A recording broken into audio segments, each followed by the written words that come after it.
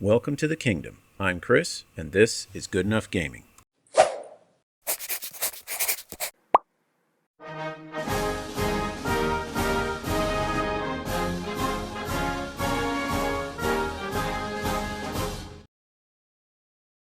Well, howdy folks, and welcome to this video where we're going to take a look at playing games with unpainted models. My previous video about playing WYSIWYG covered a similar kind of topic and was quite popular, and there were some excellent insights and comments from viewers, so I thought I'd toss this out there and see what we get.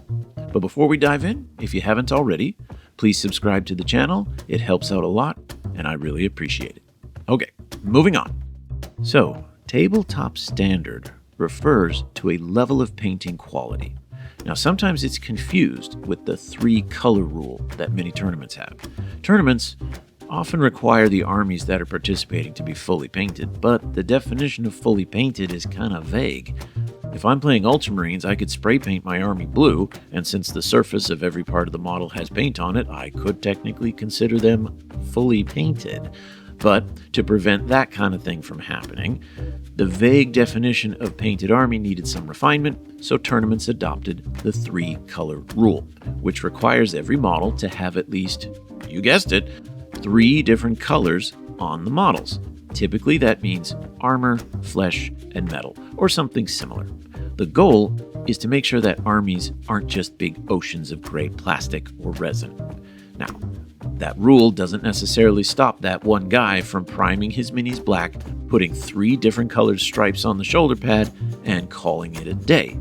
But for those of us who aren't trying to manipulate the rules to get away with as little effort as possible, usually it means you paint your models to the point that they look presentable, like something you'd get in a pre-painted board game, for example. They're not going to win you any awards, but from a distance you can tell that there's color on the armor, on the weapons, on other items and details on the model.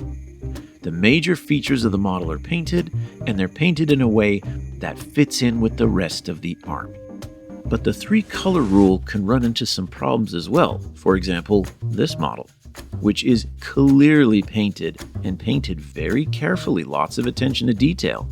But the scheme uses only 2 colors, and so technically it would be disqualified, even though it's a far better job than the example I just gave of putting 3 stripes on a pauldron.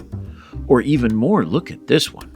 This is painted to a high professional standard, but it's entirely monochrome, and so technically it's just 1 color, but with a variety of shades.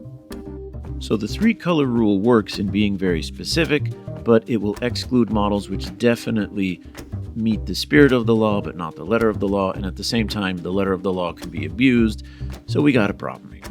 But what if instead of a 3-color rule, the point of the tabletop standard that we follow is the 3-foot rule? That is, how does the model look from 3 feet away, about arm's length? Because that's how far most people will be from it when a game is going on. Models on the table, people are standing around the table, models about 3-4 feet away.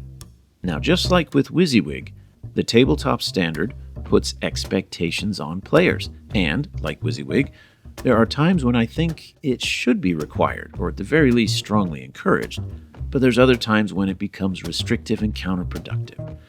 Take, for example, public events, things like tournaments, game demonstrations, expositions, and of course, YouTube content.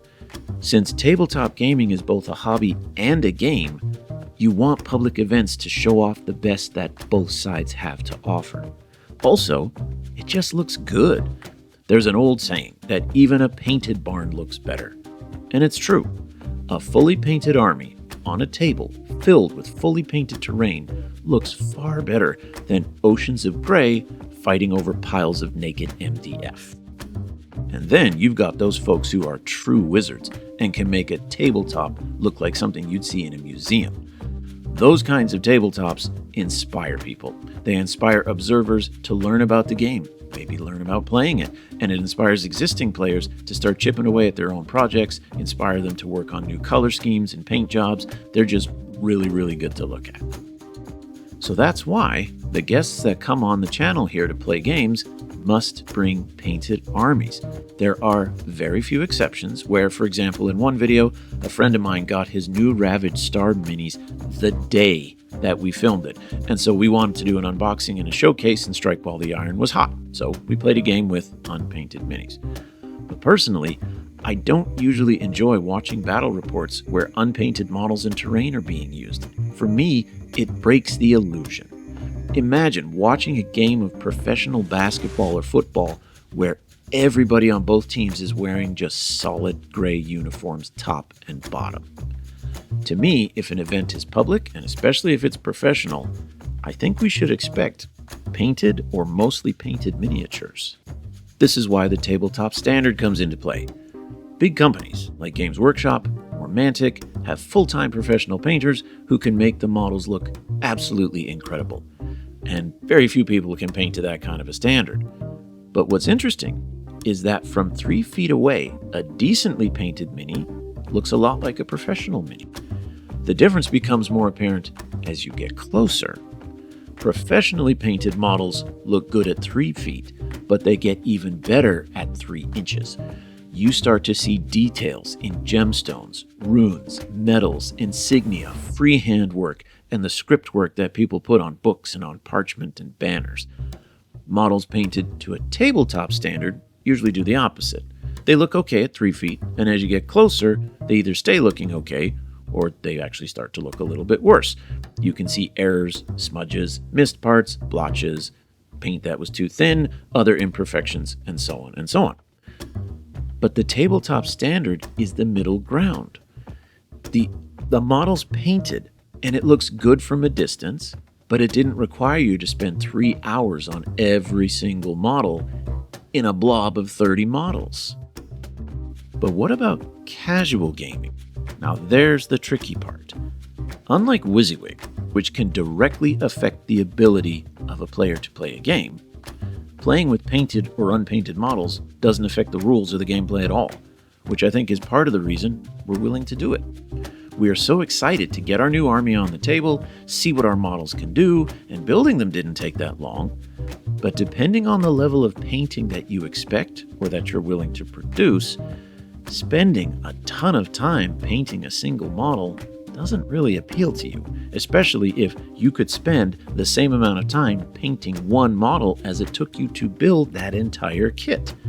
Then you run into the trouble that I mentioned in my video on the pile of shame. Your desire to play runs smack into the painting bottleneck. And while playing without painting doesn't affect game time, painting before playing does.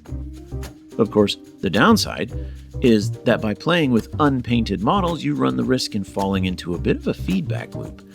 You buy an army, you're excited to play it, even if it's in gray, or maybe you at least prime the models, and you have every intention of painting them, but for now, you're going to enjoy the models on the tabletop. But then a new release comes out, or an expansion to your existing army, or a new army altogether, or an entirely new game, and you really want to get them and try them. And besides, you've gotten plenty of use out of these models here, so you buy the new ones and you swear to yourself that eventually you'll get back to it and start painting. And a few months later, rinse and repeat, and voila, you've just got yourself your pile of shame. So I see the Tabletop Standard as the middle ground. It gets you to paint your models, but it doesn't commit you to hundreds of hours of painting. That's also why many of the major paint companies have started producing their contrast or speed paint formulas. They're meant to make it easier to get that tabletop standard. And if you think about it a bit, what we call tabletop standard is what we used to call base coating. You get the base coat on relatively fast, and then you could start playing with a painted army and work on details and highlights as you have time. But in the meantime, you get to enjoy the army. So while I think pro and semi-pro should have a little stricter requirement about using painted models, and playing at home with your friends in your own house, well, that's totally up to you. What about in the middle at places like the friendly local gaming store? Well, one solution, and I think this is the wrong solution, is to do what Games Workshop used to do back in the 1990s. When I was just getting into the hobby, it was made very clear to me I was not allowed to put a model on the table unless first it was an official GW model, And then second, it was painted and based. And yes, I saw the manager telling players to take models off the table, not get them out, no, you can't use that, because they were missing one of those features. So Games Workshop understood that painted looks better, but using a punitive policy like that is the wrong approach. At the same time, if there's no encouragement or incentive to paint models, then, well, some things are just never ever going to get painted. My old 30K gaming group had an interesting solution that they tried for a bit. They allowed for unpainted armies on the weekly game night without any problems, but when we had our big Saturday narrative events, those ones, if you brought unpainted models, your opponent got the special rule preferred enemy unpainted, which meant they got to re-roll ones to hit against you, and that was a pretty sizable benefit. So there was no barring you from using unpainted models, but there certainly was punishing. Later on, the group did away with that, and instead, they added victory points to your team if your army was painted, a reward for doing it instead of a punishment for not. And when I used to host a small gaming night every week up here in the kingdom, we'd get about 5 to 6 people showing up. The one rule I had regarding the hobby side of it was, if it's not already finished, it has to have some kind of progress made since the last time you used it. If the last time it was totally naked, priming counts. If it was already primed, base coating counts. If it was painted, base it. And then once it's done, obviously, it's done. And we were very, very flexible on this. If you had a unit of 10 models, if just one of them had work done on it, in comparison to the last time, we considered that progress.